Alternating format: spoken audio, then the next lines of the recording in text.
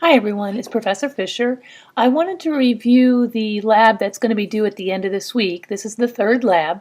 And so I have open here the instructions for the assignment. So under deliverables, so this time your project and your package within the project should have three files: app.java, student.java, and you can start with the two from last week, although you're going to have to change both of those a little bit, and a new one, group.java.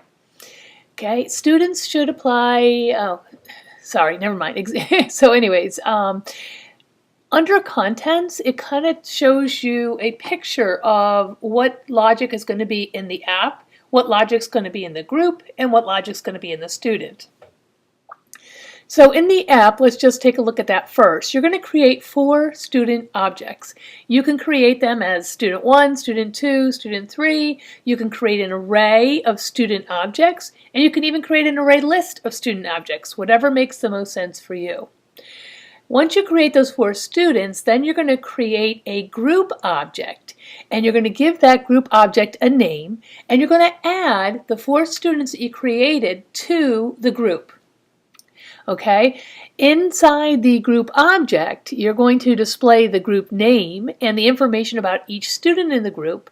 You want to be able to display the group average, GPA, and you want to display the semester GPA of one of the students, in this case, the 3rd student in the group.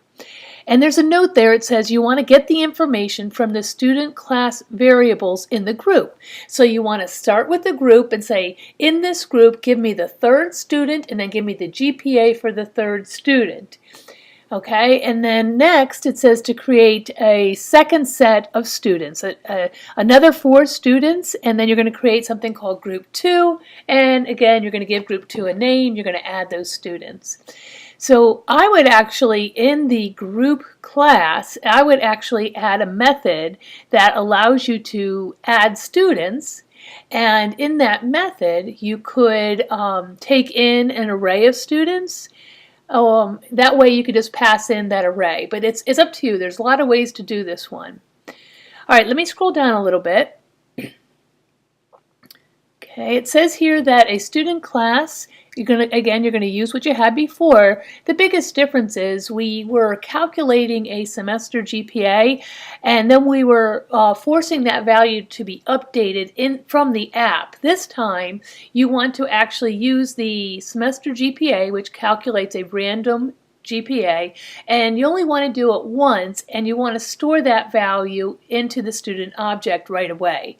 At the very end it says when is a good time to run the semester GPA, and it's recommended that you do it in the constructor.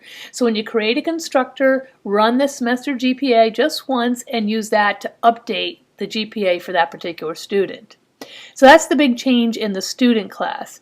The group class is going to have a string for the name. It's going to have 4 students and at least 2 methods. A method that displays the group name and the name of each student in the group, and a second method that calculates and displays the average GPA of a group.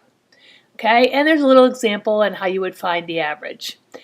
Finally, the app.java, again, this is where you're going to create 4 student objects. You're going to create group 1, which has the first 4, and then you're going to create a second one, group 2, which has the next 4.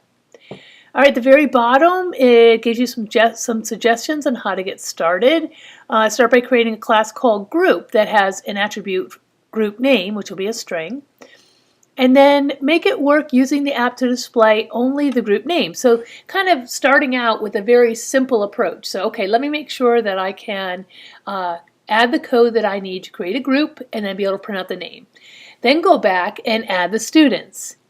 And here, like I said, what you can do is you can either add the students one at a time, you can pass them, or you can actually create an array of students once you have them created, and then pass the array to the group class, and then have the group class take the array and add them to the group object. And at the very bottom, there's a little starter video that helps you to get started with the group class. All right, this is just a walkthrough of the assignment, and I will try and give a little hint on how to approach this in a different video. All right, everybody, good luck.